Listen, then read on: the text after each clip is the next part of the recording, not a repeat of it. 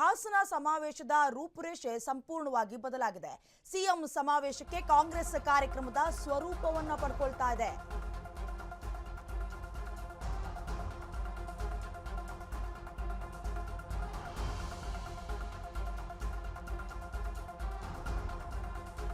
ಪಕ್ಷದ ವೇದಿಕೆಗೆ take over ಮಾಡಿದ್ರ ಹಾಗಾದ್ರೆ ಡಿಸಿಎಂ ಡಿಕೆ ಶಿವಕುಮಾರ್ ಎನ್ನುವಂತಹ ಪ್ರಶ್ನೆ ಮೂಡ್ತಾ ಇದೆ.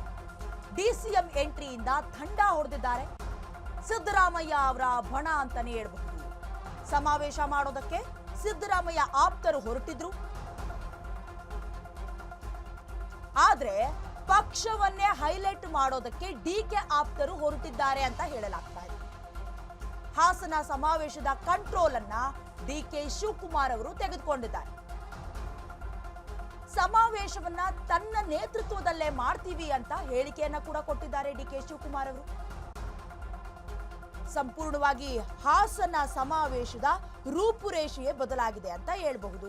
ಏನು ಡಿಸೆಂಬರ್ 5ನೇ ತಾರೀಕು ಹಾಸನದಲ್ಲಿ 6 ಜಿಲ್ಲೆಯನ್ನ ಒಳಗೊಂಡ ಜೊತೆಗೆ ಕೆಪಿಸಿಸಿ ಸಂಯುಕ್ತಾಶ್ರಯದಲ್ಲಿ ಒಂದು ಸಮಾವೇಶ ನಡೀಬೇಕಾಗಿತ್ತು. ಇದು ಈ ಹಿಂದೆ ನಡೆದಿದ್ದ ದಾವಣಗೆರೆಯಲ್ಲಿ ಸಿದ್ದರಾಮೋತ್ಸವದ ರೀತಿಯ ಕಾರ್ಯಕ್ರಮದಲ್ಲೇ ನಡೆಯುತ್ತೆ ಅಂತ ಲೆಕ್ಕಾಚಾರಗಳನ್ನ ಹಾಕೊಂಡಿದ್ರು. ಆದ್ರೆ ಇದೀಗ ಹಾಸನದ ಸಮಾವೇಶದ ರೂಪುರೇಷೆ ಕಂಪ್ಲೀಟ್ ಆಗಿ ಬದಲಾಗಿದೆ ಅಂತಾನೆ ಹೇಳಬಹುದು. ಯಾಕಂತ ಹೇಳಿದ್ರೆ ಸಿದ್ದರಾಮಯ್ಯ ಅವರ ಆಪ್ತರು ಸಿದ್ದರಾಮಯ್ಯ ಅವರನ್ನ ಹೈಲೈಟ್ ಮಾಡಬೇಕು. ಯಾಕಂದ್ರೆ 3 ಚುನಾವಣೆಯಲ್ಲೂ ಕೂಡ ಸತತವಾಗಿ ಜಯಬೇರಿಯನ್ನ ಬಾರಿಸಿತ್ತು.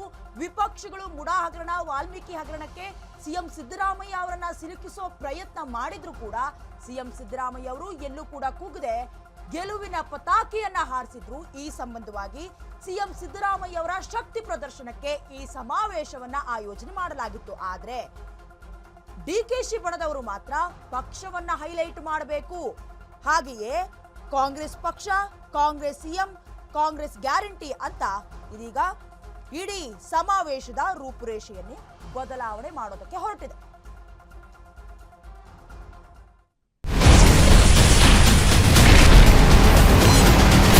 Ashwavega English News. Coming soon. Your channel, your voice, your trust.